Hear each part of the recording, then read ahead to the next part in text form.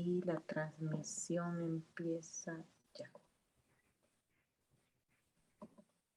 Casi.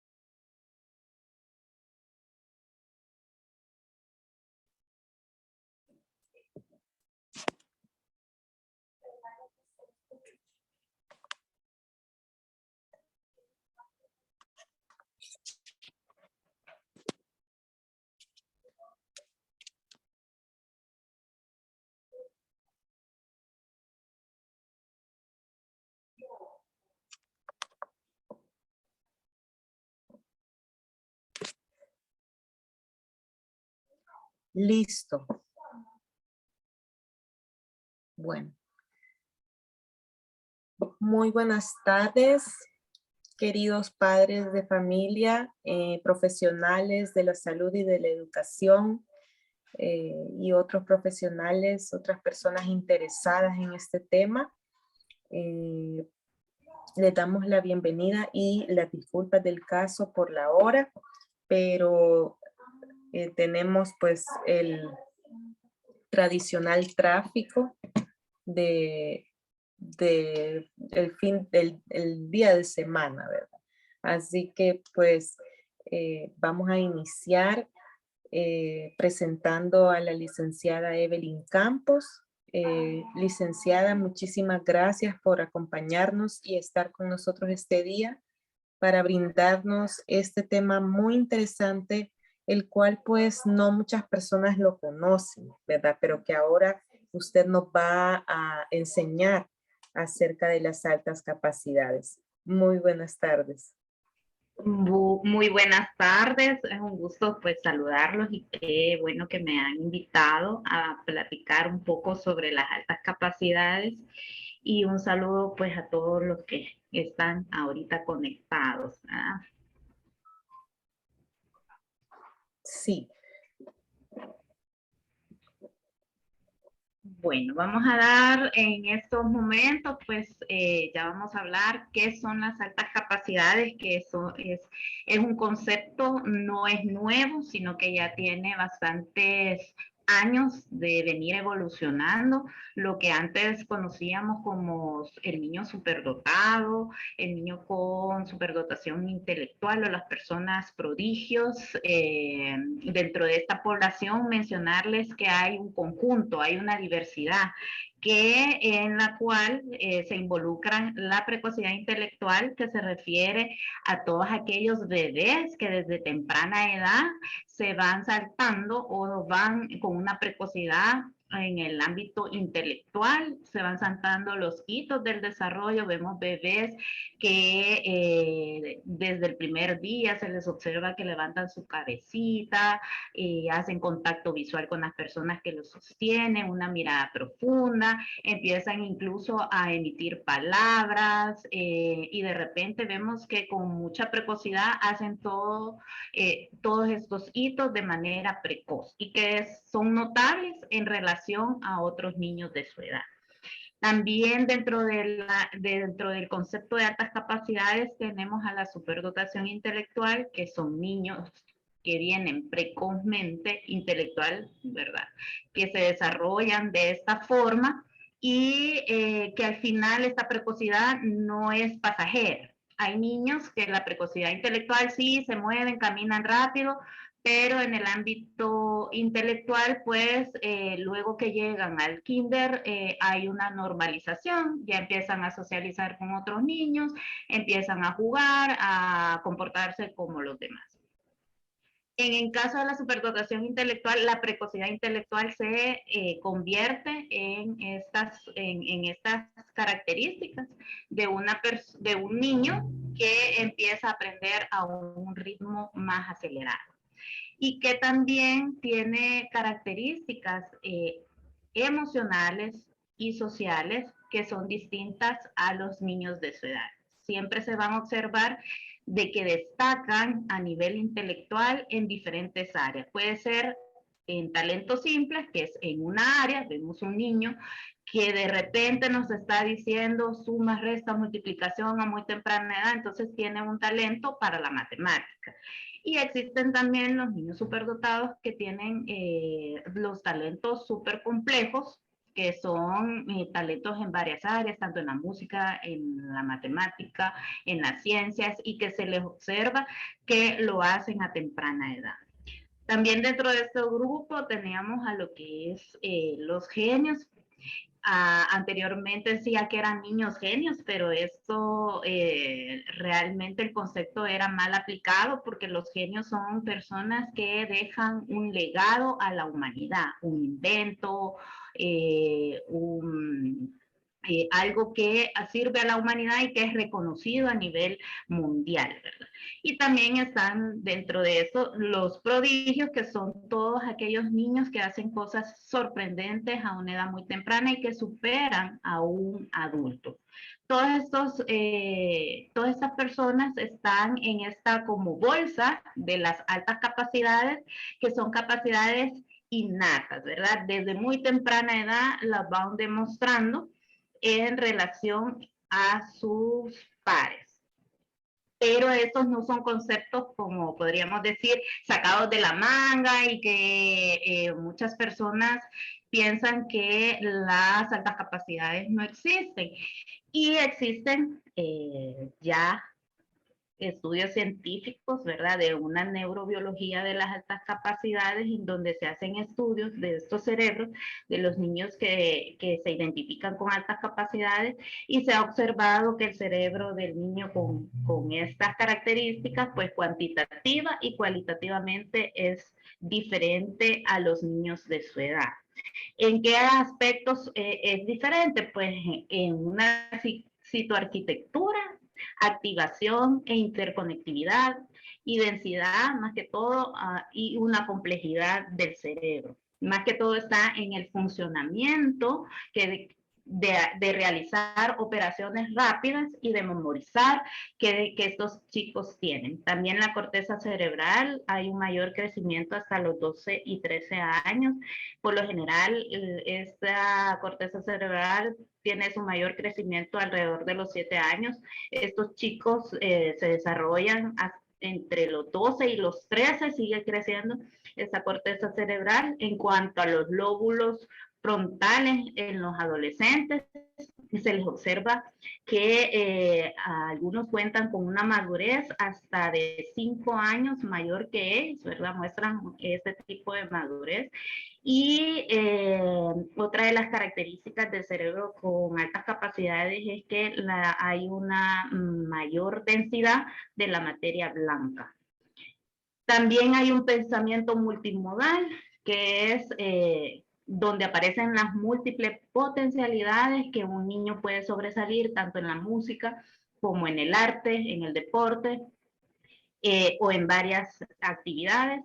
Y también pues hay evidencias de una mayor concentración de la dopamina, es decir, una cognición súper desarrollada que es de manera innata. Estos estudios pues se han venido realizando en los últimos 20 años y es importante que sepamos que nos estamos enfrentando a una neurodiversidad. Neurodiversidad porque el cerebro se estructura de esa forma y la forma de aprender de estos chicos es totalmente distinta a los de sus compañeros o a los niños que vienen en un desarrollo promedio, y por esto, por esta neurodiversidad, es que tienen necesidades de apoyo educativo. Uno de cada 10 niños tiene necesidades de apoyo educativo por altas capacidades. Esto la Asociación Americana de Psicología, ¿verdad?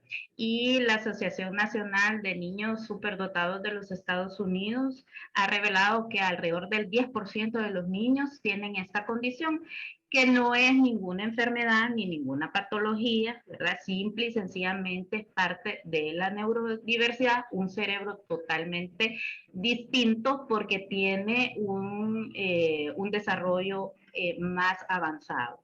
¿Y qué pasa con estos chicos? Que la mayoría pueden estar dentro de un sistema educativo, pues normalizando y bajando sus capacidades para poderse adaptar a un sistema educativo cuando no reciben ese tipo de atención educativa que necesitan. Y luego, pues pueden estar presentando un fracaso escolar, ¿verdad? Que viene de la desmotivación de cómo le están enseñando al niño. Y aparte de eso, hemos visto casos que son niños que por lo general a veces antes en los colegios pues los adelantaban, pero luego veían que era un fracaso y los retrocedían a otro grado, y eso hace que estos niños estén también en un fracaso de repitencia, o sea, repetir el grado porque el maestro no pudo identificar las capacidades del niño, lo avanzaron, pero luego dijeron, es que como el niño no socializa, lo regresamos.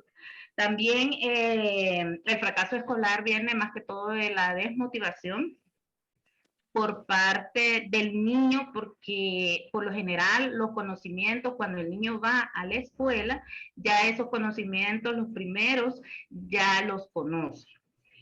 También hay una deserción escolar porque muchos niños no se adaptan al sistema educativo. El sistema educativo los encajona a un ritmo de aprendizaje promedio del cual ellos no están preparados porque, ¿verdad? En este caso, estamos del otro lado de las capacidades, entonces es un ritmo de aprendizaje más avanzado o más rápido.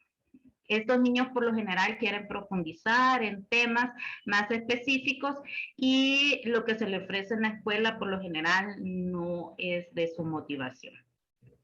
También los comportamientos de un niño con altas capacidades pueden ser confundidos y por eso recibir falsos diagnósticos, como por ejemplo decir que tiene hiperactividad, más que todo cuando se aburre, o que tiene autismo porque ya vamos a hablar, hay características de hipersensibilidad, problemas de conducta también, porque son niños que cuestionan constantemente el porqué de las cosas, y estos se van etiquetando como niños disruptivos con trastornos oposicional de conductas, y al final, pues también en su adolescencia pueden sufrir conductas adictivas a las drogas e incluso estar involucrados en la delincuencia. Entonces vamos a entender que aunque un niño tenga una inteligencia muy desarrollada, la inteligencia no siempre se puede utilizar para lo bueno, sino que también puede utilizarse para lo malo. Entonces, ¿por qué tienen necesidades de apoyo educativo? Aquí vamos a ver cuáles son las diferencias, ¿verdad?, que implican esa atención que necesitan los estudiantes en este sentido por altas capacidades. Primero, porque tienen un ritmo de aprendizaje totalmente distinto. sus habilidades de memoria y de procesar la información, por lo que ya vimos anteriormente, que es un proceso mental que se realiza en las funciones ejecutivas del cerebro, ¿verdad? Manejan una cantidad de información a una velocidad que los otros niños no la pueden manejar o que las otras personas no la pueden manejar, y esto pues provoca que ellos se aburran constantemente. El ritmo de aprendizaje puede ser o más rápido y también puede ser más avanzado. Luego también tenemos hipersensibilidad sensorial. Hay ciertas características del niño con altas capacidades, es decir, que tienen los sentidos al doble, ¿verdad? Muchos niños tienen problemas sensoriales en la parte auditiva, visual, y también existe la sobreexcitabilidad emocional, que son niños que expresan sus emociones también al doble. Si están alegres por un tema de matemáticas, ellos se van a sobreexcitabilidad, van a manifestar esa sobreexcitabilidad emocional con respecto a eso, y los demás pensar, ¿verdad? Este niño no sabemos qué le pasa. También hay otra característica que existe en las altas capacidades, que es la disincronía interna y social del niño. ¿Por qué esta disincronía? Porque el niño con altas capacidades, cuando nosotros hacemos una evaluación, identificamos que este niño está procesando una información a un nivel de 5 años mayor, pero su edad cronológica va a estar, ¿verdad?, más abajo de ese desarrollo intelectual que él tiene, y aquí se produce una disincronía. Niños que procesan información a una velocidad bastante rápida, por ejemplo, un cálculo matemático, pero su mano va a ir más lenta que su cerebro. Y esta probablemente vaya a ser una dificultad en el colegio, porque va a decir un resultado matemático, pero no lo va a poder plasmar en el cuaderno. También están las aptitudes sobresalientes, que es cuando este niño, debido a ese funcionamiento cerebral distinto y esa capacidad que tiene, pues manifiesta estas actitudes sobresalientes. Estas actitudes sobresalientes no se pueden desarrollar si el niño no recibe la atención que necesita para poder canalizar toda esa energía y todo ese funcionamiento cerebral que le permite procesar esta información. Qué interesante, sí. Perdón, qué interesante precisamente esta parte de la hipersensibilidad sensorial.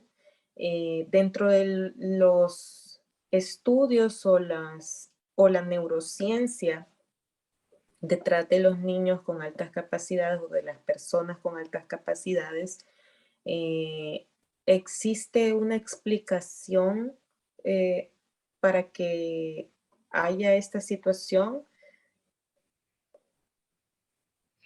Sí, de hecho, pues estudios han demostrado, ¿verdad?, la sobreexcitabilidad, que estos chicos tienen sentidos más desarrollados, y que estos sentidos le ayudan a captar esta información de todo su entorno. Por ejemplo, son niños que pueden escuchar sonidos que la mayoría de las personas no podemos percibir, como el sonido de un vehículo. Pudiera ser de un familiar y decir, ahí viene tal persona, ¿verdad? O viene el carro y sabe que ese sonido pertenece a ese vehículo, pero que las demás personas todavía no lo han escuchado hasta que llega, ¿verdad? También a nivel visual, son niños que ven detalles que la mayoría de las personas no podemos percibir, por ejemplo, en un dibujo, en un libro. Ellos pueden ver rápidamente cuando una palabra está con un error, por ejemplo, y que la mayoría de las veces nosotros las pasamos por desapercibidas. Entonces, todos estos sentidos, ¿verdad?, están al doble en el niño de altas capacidades, porque eso es lo que le permite, ¿verdad? Esos son como los inputs de la información, y esta la va a procesar en su cerebro de una forma distinta, y ahí es donde viene esta actitud sobresaliente. Entonces, vamos a notar que hay esta hipersensibilidad, por ejemplo, en la psicomotriz, tienen una gran energía, son rápidos a veces para hablar y que son niños que a veces no se pueden tratar de decirles, calmado, ¿verdad? Porque ellos hablan y hablan sobre algún tema que les interesa o tienen también problemas para desconectarse. A la hora de dormir, su cerebro está a 1000 por hora procesando toda esa información de sus sentidos y entonces esto aparecen como niños inquietos, ¿verdad? También una sobreexcitabilidad imaginativa, pueden inventar desde mundos de fantasía, hacer, mezclar con frecuencia la realidad con una ficción, ¿verdad? Porque no toleran aburrirse. Su mente por lo general siempre les está pidiendo información, información, y ellos pues se pueden notar de que ahorita agarran un tema y luego ven otro tema y saltan de un lado, como saltar de un lado a otro porque su cerebro está procesando toda esa información y para ellos es fácil hacer esto. También a nivel emocional experimentan emociones extremas y complejas, ¿verdad? Tienen una gran empatía, también pueden presentar dolores somáticos. Son chicos que si el colegio empieza y el ritmo de aprendizaje es bastante lento y ellos no se sienten desafiados, pueden presentar dolores de estómago, dolores de cabeza con tal de no ir al colegio, porque no se les está aprovechando todo su potencial y no se sienten desafiados y pueden manifestar dolores somáticos. A nivel intelectual también tienen una necesidad de comprender y buscar la verdad. Es por esto que muchas veces se pueden observar que interrumpen al maestro y que preguntan el por qué o incluso le pueden decir que se ha equivocado. Y ellos lo dicen tal y como ellos lo perciben. El maestro puede interpretar que el niño está siendo brusco o que está haciendo dando una respuesta que no es adecuada por mal educado, pero de verdad que acá se da esta parte de querer comprender y buscar exactamente la verdad.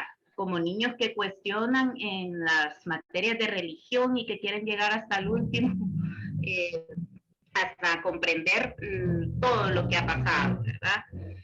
Luego también a nivel sensorial, como explicaba, ven, huelen, tocan, oyen y te gustan de forma intensa. Son niños que si se les prepara un alimento, por lo general con un tipo de ingredientes, si usted se lo cambia, lo van a decir rápidamente. Hoy no cocinó con los mismos ingredientes, incluso saben distinguir entre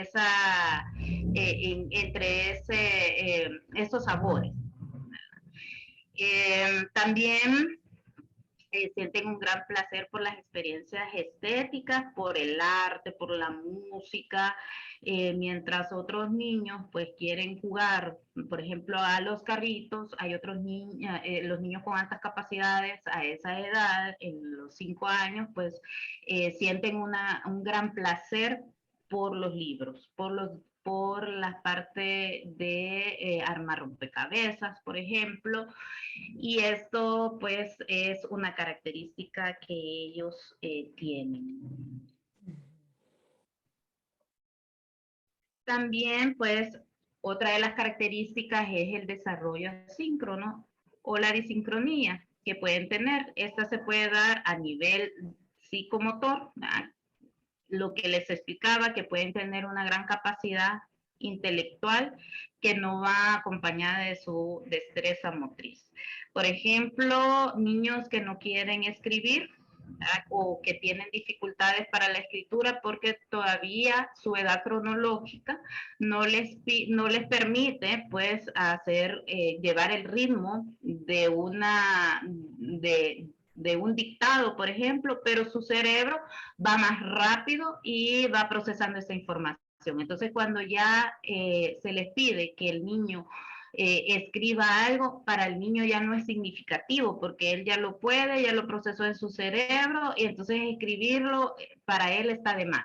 ¿verdad? Además que tiene esa disincronía entre mano que es más lenta que su cerebro. Acá puede tener algunas dificultades, ¿verdad? El profesor puede decir que tiene alguna dificultad quizás en la parte de la escritura, pero eso es algo que con el tiempo lo va a desarrollar el niño debido a esta desincronía. También el otro es lenguaje y razonamiento. Su razonamiento va mucho más rápido de lo que expresan. Hay niños, por ejemplo, que desde bebés aún no se les ha desarrollado el lenguaje, pero tienen un razonamiento increíble que incluso se llegan a comunicar por medio del lenguaje a señas. Y también pueden llegar incluso a leer, sencillamente señalando las palabras aún sin decirlo sin decir nada, simple y sencillamente procesando ese razonamiento. Sí. También hay una desincronía entre la inteligencia y afectividad, que su intelecto es casi como el de un adulto, sin ser un adulto, ¿verdad?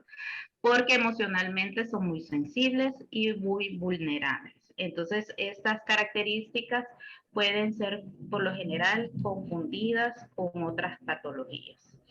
Y luego, pues... Perdón, aquí hay una pregunta.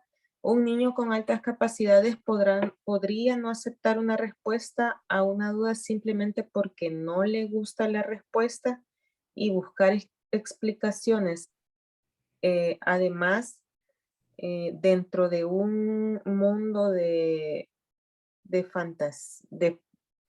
fantasía. Claro que sí.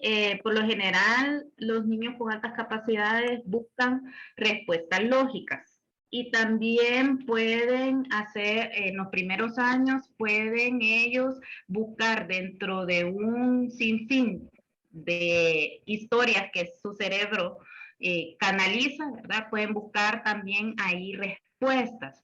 Habría que observar que la fantasía también lo que ellos explican en ese entorno de fantasía, por lo general es coherente, ¿verdad?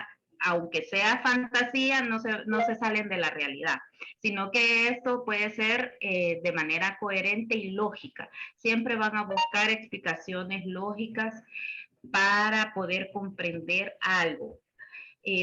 Tenemos niños que pueden llegar a ser bastante cuadrados, ¿verdad? Que tienen sus propias teorías, incluso debatir esas teorías, porque ellas tienen una forma distinta de ver el mundo. Y por lo general, estos niños tienen un pensamiento disruptivo que va en contra de las reglas que están muy marcadas y que si ellos encuentran algo de donde crear otra cosa, ¿verdad? De donde poder refutar esa teoría, lo van a hacer. Y por lo general sus teorías tratan de convencer a todo el mundo de que lo que ellos están viendo es correcto porque su cerebro está procesando de esta forma. Y aquí donde vienen los inventores, los científicos que crean vacunas, que crean cosas novedosas, porque rompen esa regla con la que venía todo el mundo pensando de que así se hacían las cosas de esta manera y ellos rompen estos esquemas. Okay. Y también dentro de la alta capacidad existe la doble seccionalidad, que es cuando tenemos un niño que tiene, por ejemplo, un problema de aprendizaje y puede tener altas capacidades. Por ejemplo, tiene hiperactividad y puede tener altas capacidades, o autismo y altas capacidades.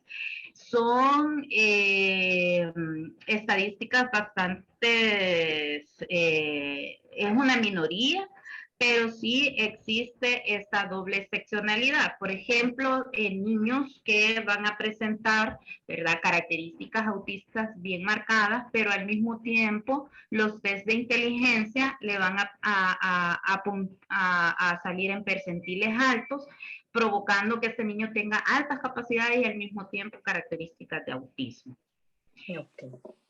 Aunque este es un porcentaje bien entre el 4 y el 5% más o menos, que los niños con altas capacidades pueden tener autismo, y más que todo está centrado en lo que se llama síndrome del sabio, ¿verdad? Que es un autismo leve, pero que al mismo tiempo su desarrollo intelectual le permite pues crear y hacer muchas cosas de manera inteligente. Que aquí tenemos, por ejemplo, la diferencia entre autismo y altas capacidades. Por ejemplo, un niño con altas capacidades va a tener intereses en temas específicos. Puede ser que 3 semanas le esté hablando de la teoría de los planetas o esté queriendo hablar sobre los dinosaurios, y estas 3 semanas esté full en ese tema. En cambio, con el autismo son intereses obsesivos. El niño se obsesiona con ese tema y no pasa de ese tema, y por lo general se vuelven expertos en esos temas que son inflexibles para él. Luego, en las altas capacidades, tenemos niños que son selectivos con sus compañeros. Si hay niños con los que ellos intelectualmente no tienen temas de conversación, se van a aislar. Y aquí viene el que dice, mire, que no socializa con los demás niños, pero muy probablemente es que este niño, por ejemplo, si está en preparatoria y el niño ya puede leer y tiene otros conocimientos, lo que va a querer compartir con estos niños es lo que conoce, y si estos niños no le entienden, va a tender a aislarse. Entonces, son niños que son selectivos, van a buscar gente mayor o compañeros más grandes para poder compartir lo que ellos saben. En cambio, cuando hay un autismo, ¿verdad? Por lo general son asociales, no se integran por lo general con otros niños. También con respecto a las altas capacidades, los niños, estos niños cuestionan. Les dicen unas reglas y el por qué. Tiene que haber la regla tiene que ser, o la norma tiene que ser definitivamente explicada de manera lógica y se tiene que cumplir, ¿verdad? Cuestiona esa norma. En cambio, en el autismo, pues es inflexible. Definitivamente no va a hacer caso a la norma, independientemente que se le explique. Cuesta con el niño de altas capacidades hacerlo entender y entrar en razón, pero al final entra en razón porque le explicaron lógicamente que de qué trata. Pero en el caso del autismo, ¿verdad? Puede llegar a ser muy inflexible. En el caso de las altas capacidades, pues son niños que son bastante rutinarios. Les gusta mantenerse en una rutina, por lo general aprendizaje, y pueden pasar horas y horas en matemáticas, por ejemplo, resolviendo ciertos problemas, y pues esto se ve de forma rutinaria, que pasa. ¿Qué pasa durante un tiempo? En el caso del autismo, pues es un poco más inflexible, ¿verdad? A poder quitar esas rutinas. O sea, son prácticamente que estos niños van a estar, tienen que estar en una rutina constantemente, porque todos los días tiene que ser de esa misma forma. En cambio, en el niño con altas capacidades, ¿no? También dentro de las altas capacidades hay movimientos por sobreexcitabilidades, niños que se mueven para por ejemplo, estar exponiendo algo, ¿verdad? Tienen movimientos repetitivos, pueden mover su lengua cada rato, estar silbando, movimientos con las manos, pero que esto es producto a que su cerebro les está pidiendo información y que se sienten sobreexcitabilidad. Sienten esa sobreexcitabilidad de querer aprender más y no se pueden controlar hasta cierto punto. En cambio, en el autismo, pues son ya conductas estereotipadas, son movimientos que no tienen ningún propósito, ¿verdad? En el niño con altas capacidades, estos movimientos pueden ser la manifestación de una frustración de que su cuerpo está limitado a hacer cosas que su cerebro le está pidiendo como un adulto, pero está atrapado en el cuerpo de un niño. Ujú. Esa parte también es bien importante, como un ejemplo de la diferencia entre esos movimientos por sobreexcitabilidad y los movimientos estereotipados de los chicos dentro del espectro. Exacto. Otra de las patologías con las que son confundidas las altas capacidades es con el trastorno de déficit de atención o hiperactividad. Cuando tenemos un niño con altas capacidades, por lo general, ese niño se frustra en situaciones específicas, aburrimiento, que está desganado, ensoñación, porque él prácticamente los temas que está recibiendo no son de su interés en ese momento, ¿verdad? Entonces puede manifestar un aburrimiento y puede empezar a manifestar conductas como por ejemplo moverse, platicar, estar distraído, pero esto no significa que el niño pues tenga déficit de atención, ¿verdad? Simple y sencillamente es porque el contenido por lo general ya lo maneja y se siente aburrido. Aprenden tan rápido que a veces con solo ver el tema de una exposición y con medio escuchar algunas palabras ya entendieron casi todo y quieren profundizar, ¿verdad? Pero tienen que esperar a los demás, a que los demás terminen, a que los demás comprendan y por lo general en el colegio el tema se repite porque hay otros niños que todavía no lo han comprendido. Pero mientras se repite y se repite y se repite, estos niños están presentando ya aburrimiento exagerado. Es bueno aburrirse, pero de la forma en que el niño de altas capacidades se aburre es como constante y siente el niño que pierde el tiempo, ¿verdad?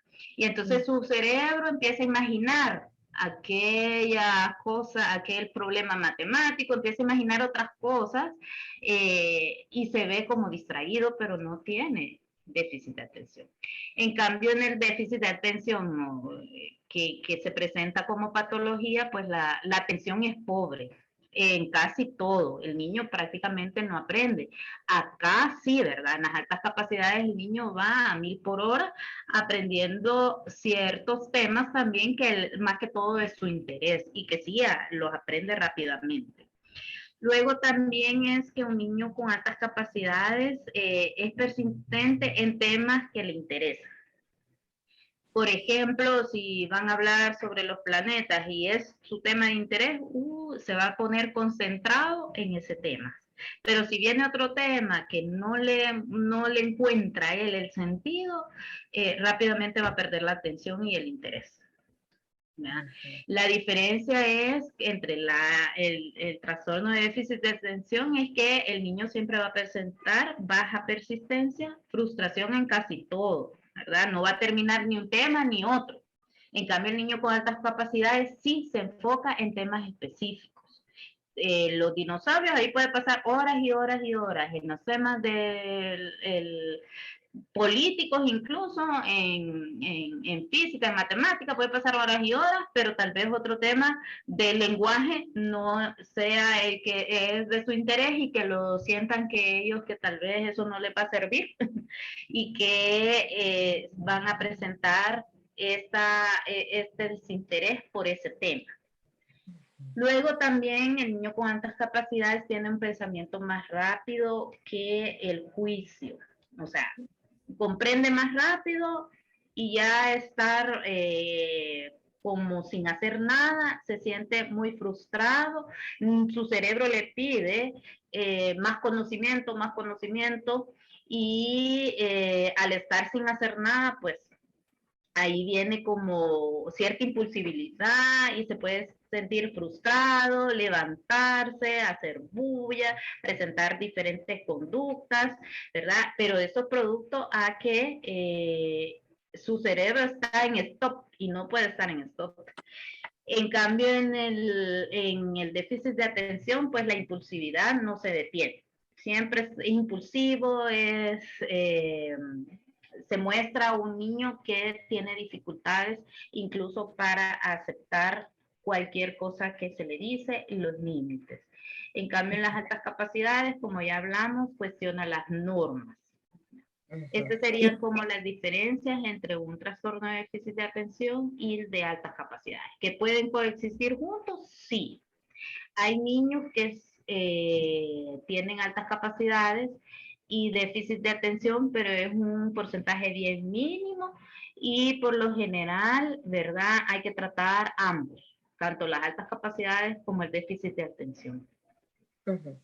ok, aquí en cuestionar las normas, lo hacen de una manera, digamos, respetuosa, podría decirlo, persistente, sí, o puede hacerlo de forma irritable, enojado, ¿por qué tengo que hacer esto? ¿Por qué tengo que hacer lo otro? Em, Como para diferenciar, por ejemplo, en el centro nosotros hemos tenido varios niños y tenemos varios niños con déficit de atención, y pues también cuando tienen esta dificultad para los límites, pues se irritan, se molestan, se frustran. Entonces, ¿cómo establecer esa diferencia en esa reacción? Sí pueden irritarse, especialmente cuando la norma no es lógica y no es estructurada. Por ejemplo, si a él se le dice que no debe de tener, que no puede acceder cuando está a la hora de la cena al teléfono, todos deben de tener también su teléfono fuera de la mesa porque a él no se le permite. Entonces él se pone a un nivel de una persona mayor, en este Ujú, caso, y que tiene los mismos derechos que los demás. Entonces, cuando esta norma ya no es para todos, la cuestiona y se pueden poner irritados, enojados. Eh, lo que no hacen es hacerlo de forma pedante. O sea, el ajá, niño con estas capacidades lo va a decir y va a enojarse un ratito y va a dar explicaciones él de una persona adulta como un pequeño abogado que está debatiendo, ¿verdad? Entre quién gana y cómo saltarse esa norma, pero va a explicarla de una forma que van a sentir los padres que como que es un abogado que le está peleando algo de una ujú. forma lógica, ¿verdad? Pero no va a ser nunca pedante, o sea, no va, el filtro acá es eso, que el niño lo va a hacer distinto, ¿no? Tengo una pregunta acá en Zoom y podrán darse las tres juntas, TEA, altas capacidades y TDAH. Hasta el momento las investigaciones no han dado respuesta a eso, ¿verdad? Todavía o tiene altas capacidades y trastorno de atención o solo TEA y altas capacidades. Hasta ahorita eso todavía está en investigación y no se pueden dar por el momento, ¿verdad? No hay algún caso en que se puedan dar todas juntas. Lo que pasa es que por lo general hay un falso diagnóstico, un mal diagnóstico. Habría que indagar y profundizar en el caso del niño con un buen profesional para poder saber qué es lo que le ocurre, ¿verdad? Eso me lleva a otra pregunta también. ¿Quién es la persona indicada para diagnosticar si el niño tiene altas capacidades? una de las cosas es que no se diagnostican las altas capacidades, se identifican, porque las altas capacidades no es una patología ni ninguna enfermedad, es un cerebro totalmente distinto. Entonces, para identificar altas capacidades tienen que ser profesionales en pedagogía o psicología que estén, que tengan conocimiento sobre las características de las altas capacidades para poder potenciarlas y desarrollar el talento. En cambio, el autismo, el trastorno de déficit de atención, sí tiene que ser con profesionales exclusivos, ¿verdad? Ya sea pues los psiquiatras y los psicólogos para poder hacer ese diagnóstico porque ya son cuestiones patológicas, ¿verdad? Entonces, en la alta capacidad, por lo general, no es una patología, no es una enfermedad, simple y sencillamente son características que convergen en un cerebro neurodiverso. Y debe hacerse algún tipo de especialización o algún posgrado, etcétera, para poder identificar las altas capacidades. Claro que sí, primero hay que conocer desde su concepción, ¿verdad? Todas las teorías sobre la inteligencia, sobre las capacidades, sobre el cerebro, la neurodiversidad y poder comprender cuáles van a ser los comportamientos de estos estudiantes y cómo poder apoyar a su desarrollo. Estos niños por lo general, ¿verdad? Tiene que hacerse una evaluación para poderse identificar.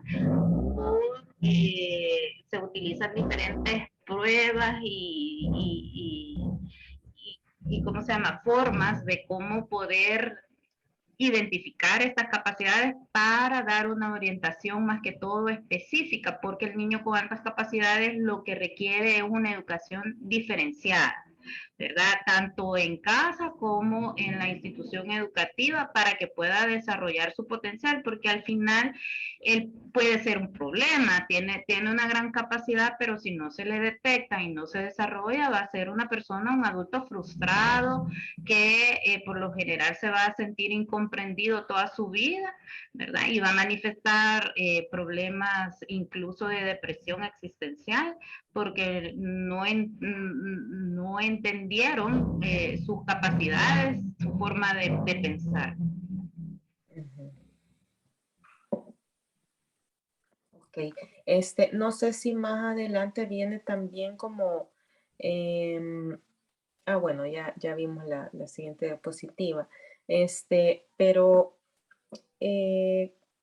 siempre hablando de esta diferencia entre autismo y las altas capacidades, según estudios, porque uno pensaría en niños diagnosticados con un autismo nivel 1,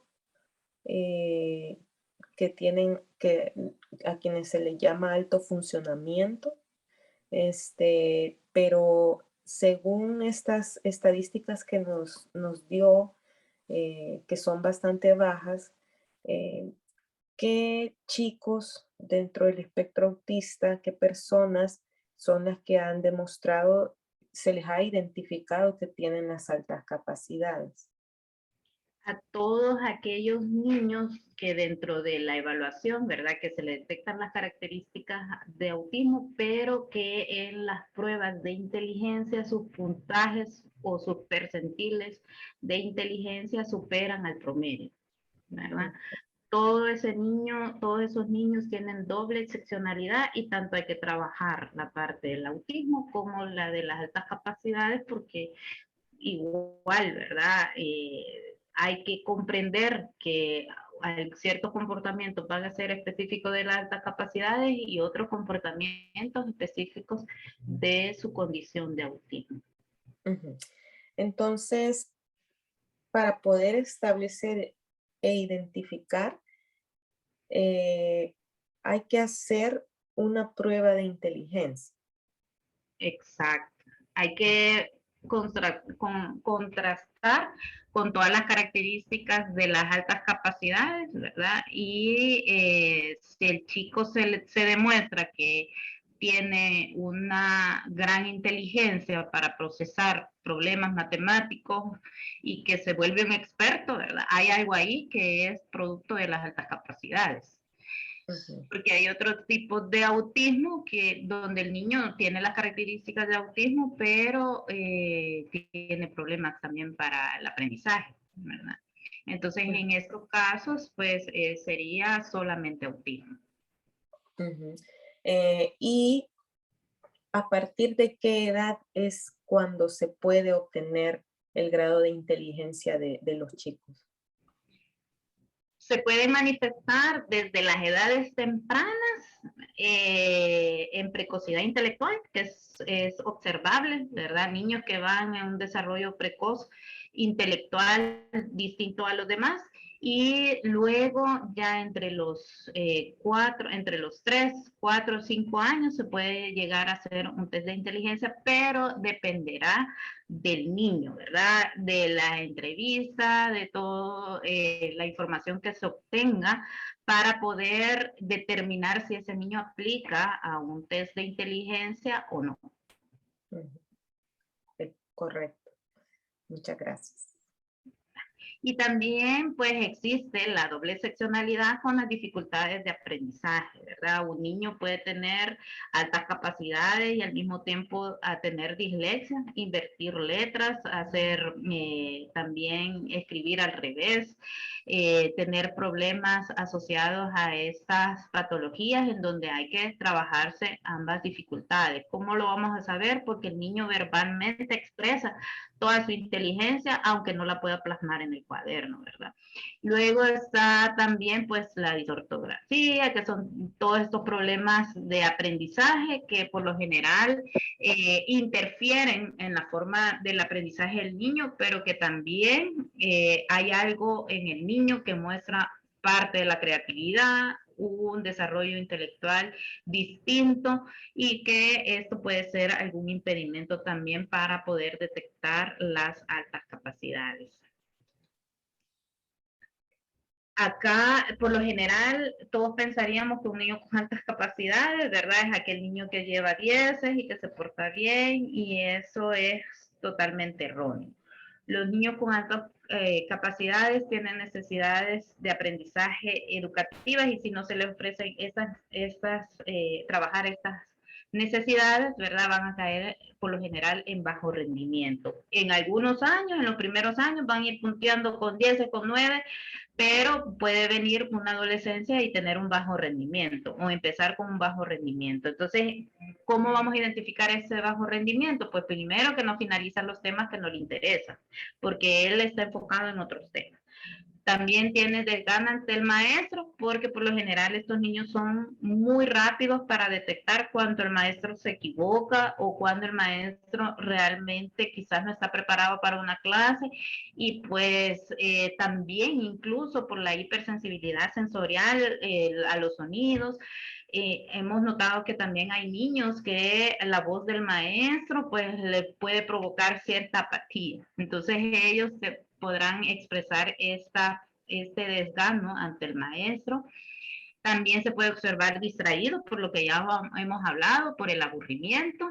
Le disgustan los trabajos prácticos y rutinarios de repetición. Por lo general, estos chicos van a presentar bajo rendimiento porque al principio son niños que van a terminar rápido. Pero si se les da más trabajo, lo primero que van a decir, o sea, me dan premio, más trabajo, entonces mejor ya no termino. Y luego van a hacer, después de terminar rápido, van a ir empezando a bajar sus capacidades y luego ya no van a terminar incluso el trabajo, ¿verdad? Porque eso significa que ser el listo de la clase es más trabajo.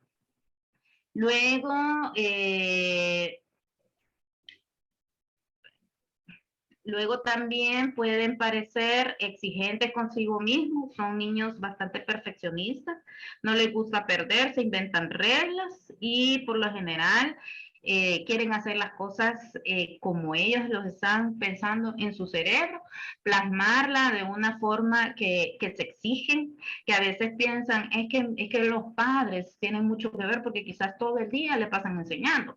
No, estos niños son autodidactas, ellos mismos se entrenan y ellos mismos no pasan de un tema, si ese tema les gusta, ellos mismos no, se entrenan de una forma que hasta que logran dominar esa actividad. También puede, su frustración puede llegar a ser agresivo, ¿verdad? Él no sabe por qué sus compañeros no entendieron el problema de matemática que ya explicó el maestro y que por qué los tienen que esperar a los demás. Él no sabe realmente qué es lo que está pasando. Empieza a pensar de que quizás él es el raro porque ninguno de sus otros compañeros termina antes que todo o ninguno de sus otros compañeros ha comprendido como él ha comprendido, ¿verdad?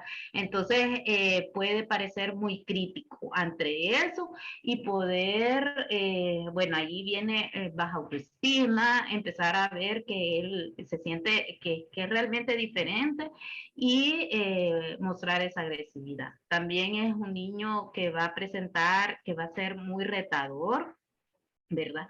Si él también no se siente retado a lo que la educación está proporcionando, muy difícilmente va a poder tener un buen rendimiento. Si todo es fácil, se va a aburrir, porque por lo general son niños que son bastante auditivos y que pueden procesar esa información bastante rápido, ¿verdad? Y si el conocimiento no les reta, van a caer en ese aburrimiento que después les puede costar la forma en la que ellos van en la adolescencia, por ejemplo, cuando ya vienen cosas más difíciles y no se han hecho hábitos de estudio, puede ser de que ahí tengan una depresión existencial o que ellos puedan percibir que no son tan inteligentes como ellos creían. Y luego también dentro del bajo rendimiento van a presentar acoso escolar. Por lo general, muchos niños saben a veces el gordito, que le hacen burla porque es gordito y él lo sabe. Pero el niño con altas capacidades por lo general no sabe por qué lo acosan. El tipo de acoso escolar es distinto porque en este caso lo percibe de parte de sus compañeritos, porque al ver los compañeritos que el niño no se comporta igual que ellos, ¿verdad? Empieza una serie de discriminación en el colegio y que puede llegar a ser un bullying, ¿verdad? Entre otros. Y también, por otro lado, puede percibir un acoso escolar por parte del docente, ¿verdad? Porque el docente no sabe, porque el niño, después de sacarse buena nota, ¿verdad? Y de repente viene un bajo rendimiento, puede expresarlo o porque lo reta, porque le cuestiona, ¿verdad? Entonces, esta forma puede caer en un acoso escolar debido al bajo rendimiento. Bueno, ¿y qué tenemos que hacer si nos identificamos, si observamos características de altas capacidades en nuestros niños? Primero es solicitar una evaluación psicopedagógica para identificar el nivel de alta capacidad, cómo el niño está aprendiendo, el ritmo de aprendizaje que está teniendo, ¿verdad? Y cuáles son sus necesidades de apoyo educativo que va a tener.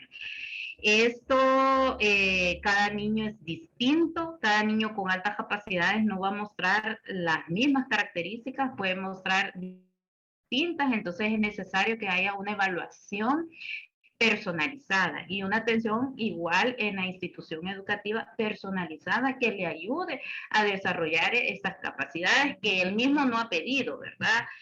Pero que al momento de escolarizarse puede ser una difícil situación tanto para los padres como para el niño, al sentirse que el niño está estancado en un sistema que no le permite desarrollarse.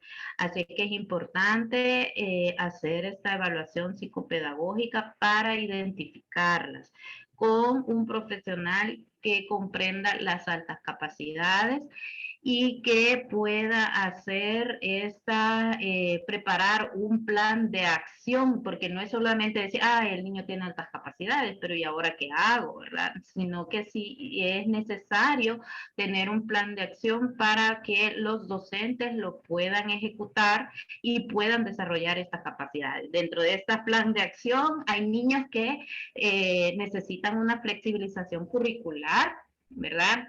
O necesitan una aceleración, o sea, cambiarlos de grado, a avanzarlos a un grado superior, y esto las investigaciones han demostrado que tiene más beneficios en la parte de la aceleración que desventaja. Lo que pasa es que aquí siempre lo que han hecho es adelantar a un niño sin el porqué y solo porque se puede algunas letras y ya lo avanzan.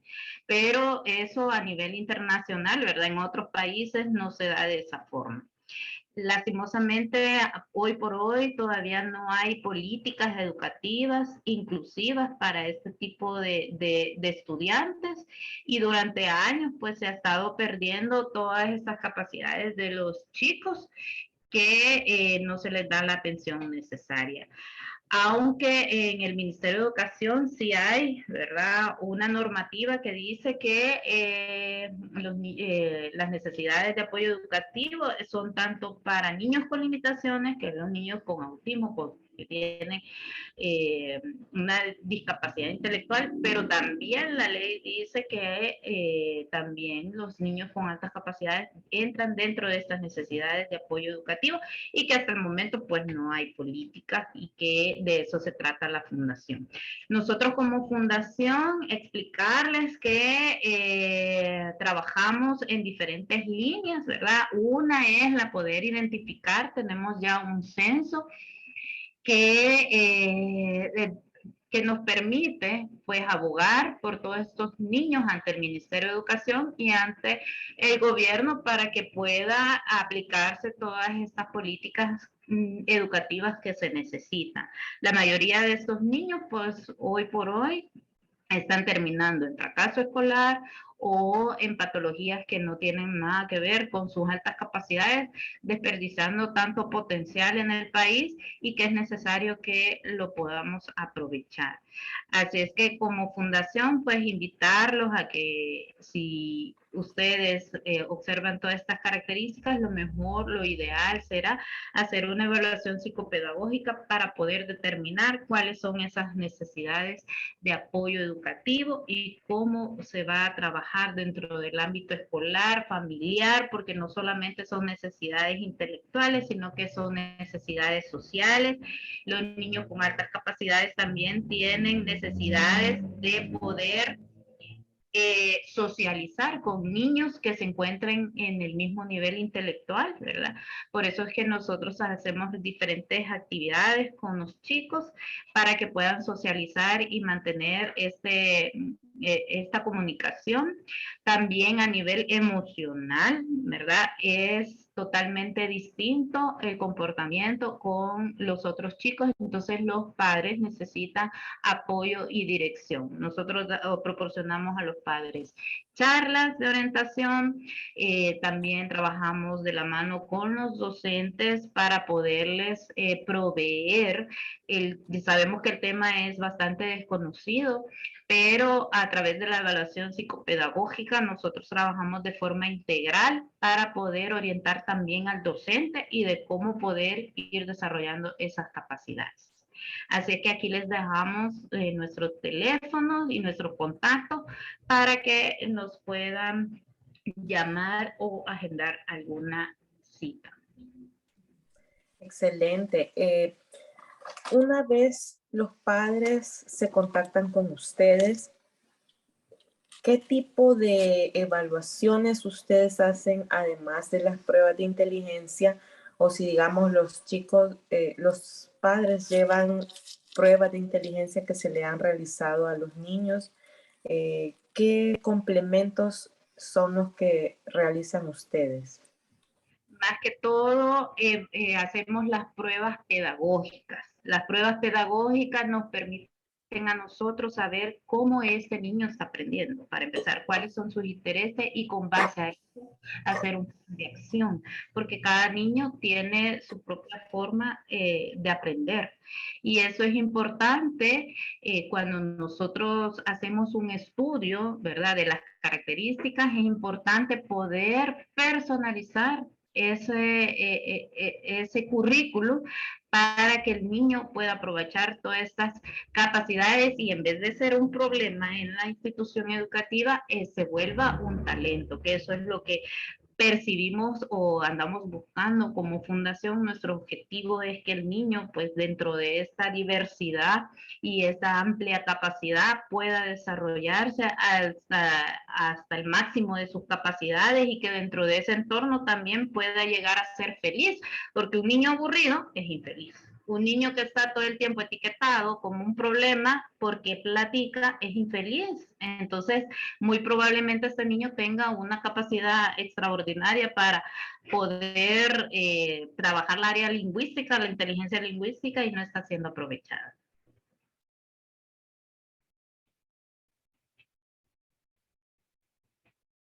No le escucho. Sí, ¿hay algún estudio especializado también? Se hablaba de estudios de resonancia, etcétera. ¿Se realizan también en la fundación? Sí, nosotros, no específicamente aquí en la fundación, pero nosotros trabajamos con neurólogos.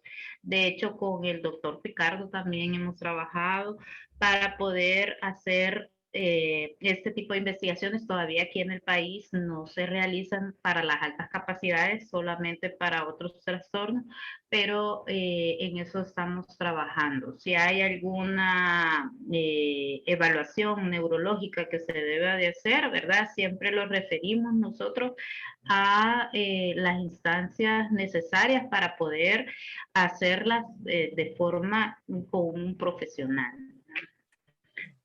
Sí, sí, eso es muy importante. De todo lo que se ha venido hablando en las charlas, se ha enfatizado mucho que los profesionales en verdad estén capacitados y especializados para poder identificar, para poder brindar un diagnóstico o aportar a un diagnóstico. En este caso, pues, cerrando esta jornada de en vivos, en donde la misión ha sido informar sobre diversos temas acerca del trastorno del espectro autista. Entonces se nos hace muy interesante porque realmente se necesita para las familias, para que no estén peregrinando de un lado a otro, ¿verdad? Sino que tener este contacto con los profesionales que en verdad están capacitados para poder definir, en este caso, si un chico, una chica tiene altas capacidades, ¿verdad? Exacto. No sé si hay más preguntas. Sí. Aquí en el chat, si alguien... Bueno, aquí preguntaban también la edad, a qué edad pueden hacerse el examen de altas capacidades. Creo que habíamos mencionado. Sí, depende de la primera entrevista con el padre. Nosotros ahí podemos deducir qué tipo de cuestionario, qué tipo de instrumento vamos a utilizar para poder detectar las altas capacidades. Y también la forma en la que lo vamos a hacer, porque pues no es solamente un seguir. Las altas capacidades no es solamente tener un coeficiente intelectual alto y que porque puntea, ¿verdad? Un coeficiente de esa forma, ya tenemos un niño con altas capacidades. Pues eso no es así. Las altas capacidades conlleva características tanto cualitativas como cuantitativas, ¿verdad? Que hay que evaluar y hay que valorar por un profesional. no solamente de pasar un test de inteligencia. Excelente información, muchas gracias. Otra cosa que me llama la atención también, ¿pueden los niños con altas capacidades? Lo pregunto pues por diferentes casos, ¿pueden presentar retrasos por ejemplo, en el área del lenguaje, en otras áreas? Sí, sí, este es producto de la disincronía. Cerebro más avanzado, pero todavía no está apto para el lenguaje, su capacidad para poder emitir, ¿verdad?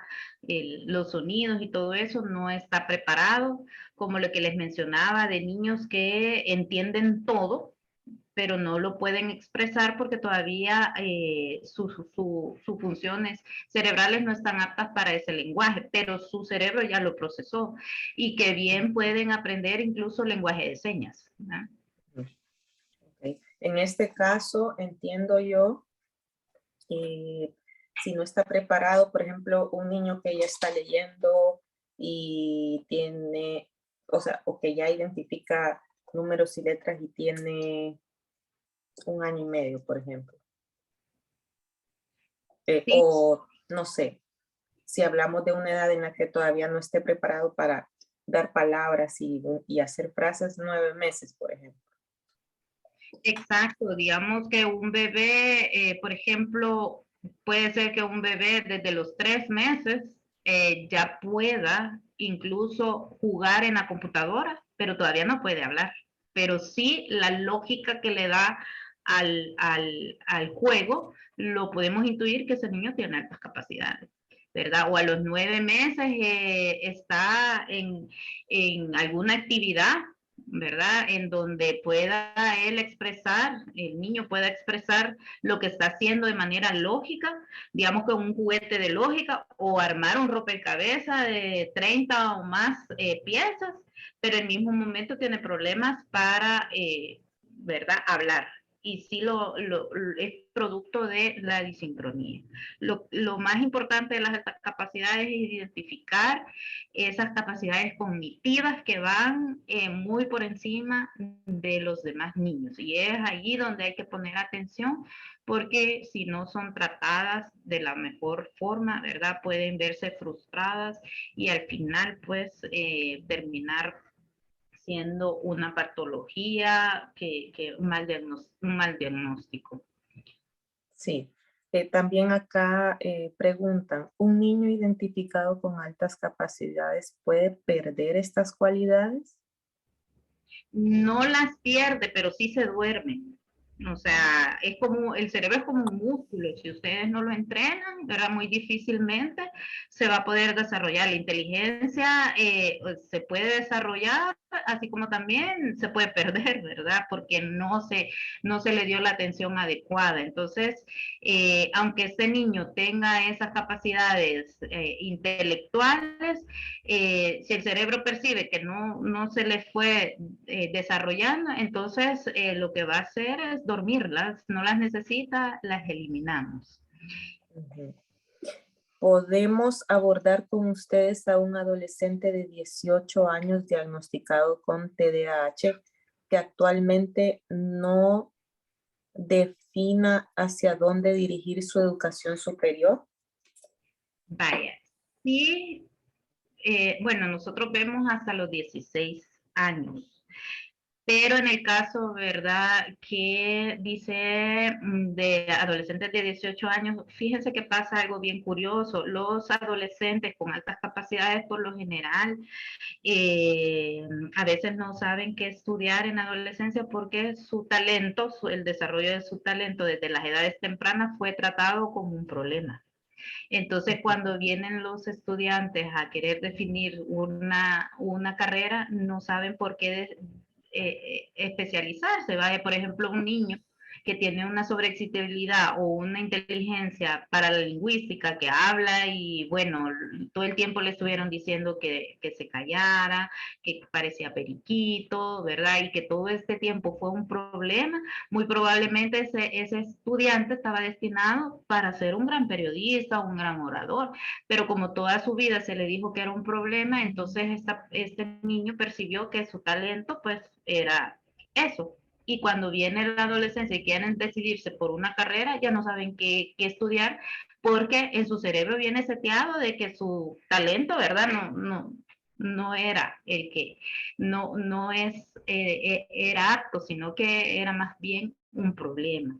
Y muy probablemente muchos niños con déficit de atención estén más orientados a la parte de la inteligencia corporal, que es con su cuerpo, ¿verdad? Al área deportiva. Y como acá en el país, pues siempre decimos, no, es que del deporte te vas a morir de hambre y que eso no, y que no vas a poder vivir.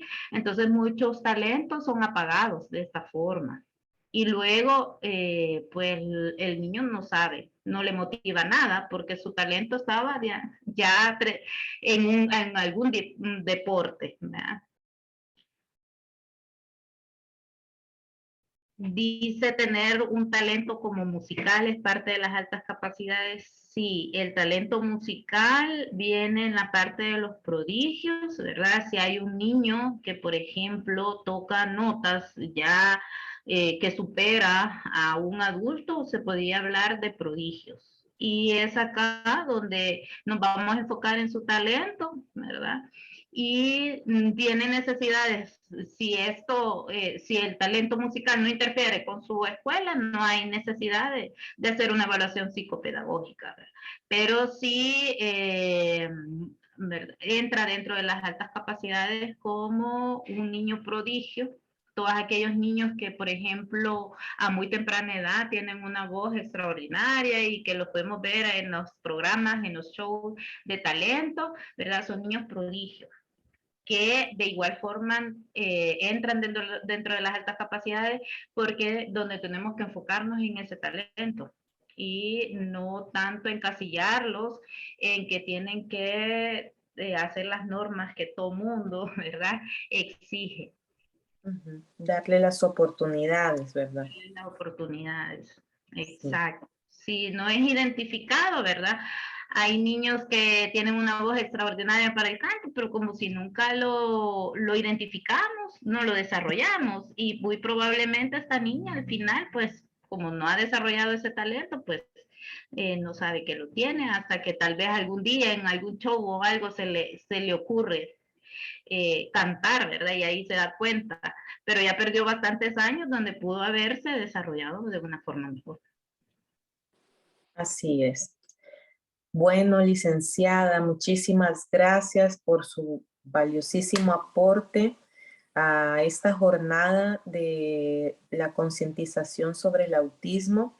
Creo que es un tema muy importante y esto nos hace más hincapié en la necesidad de poder hacer evaluaciones completas con los chicos para poder saber cuáles son sus verdaderas necesidades, ¿verdad? Y poder así hacer que sean chicos felices, como usted misma lo acaba de mencionar, chicos felices, adolescentes, adultos felices, ¿verdad? Realizados y no pues el otro lado, ¿verdad? Que sería la frustración.